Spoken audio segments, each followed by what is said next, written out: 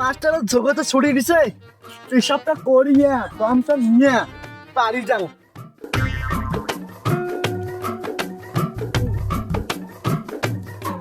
আজ যে ওস এমন দুপুরে ওস চালাইছে চমচম করি আগে গাছ এখন আর দম নেও গাছের তলত, এটা গাছের তলত তাই রে।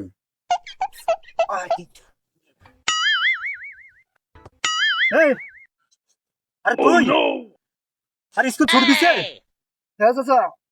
তাই এটা ঠিক করি এই বড়ের গাছটা তুই পেশাব করতেছিস? যে পেশাবের ঠেলা দিছে এই জন্য পেশাব কোন বড়ের গাছ হচ্ছে পেশাব করা জানা, তুই জানিস না? না তুই কি জানো? সত্যি আমি বোঝো খালি বই থেকে শিক্ষা নিলে যে মানুষের জ্ঞান হয়, অর্জন হয়, এটা কথা ঠিক না। বাইরের থাকি আর বইয়ের থাকি দুইটা মিলে একখান নিলে মানুষের পরিপূর্ণ জ্ঞান অর্জন হয়। তোর জ্ঞানের এখনো অভাব আছে। বড়ের গাছত পেশাব করা যায় না। কেন দিতেছ কেন? আমার প্রাণ প্রিয় ভাইরা, আমি আপনাদের একটা কথা বলি, এই বড়ের গাছত বাদ ঝাড়ত আর পাক খেতত কখনো আপনারা পেশাব করবেন না।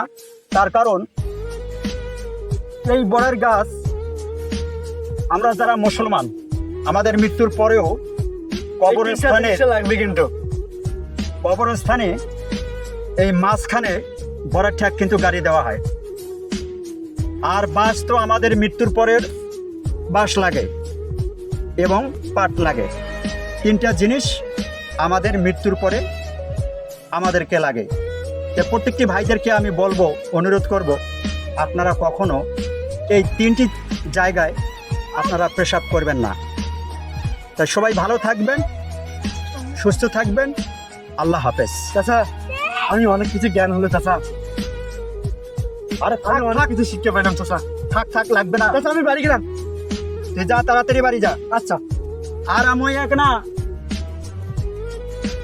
এইটা বাড়ি থাকি না আইসং। আচ্ছা যান যান, এই বাড়িতে যান এখন। মুই বাড়ি গেলাম।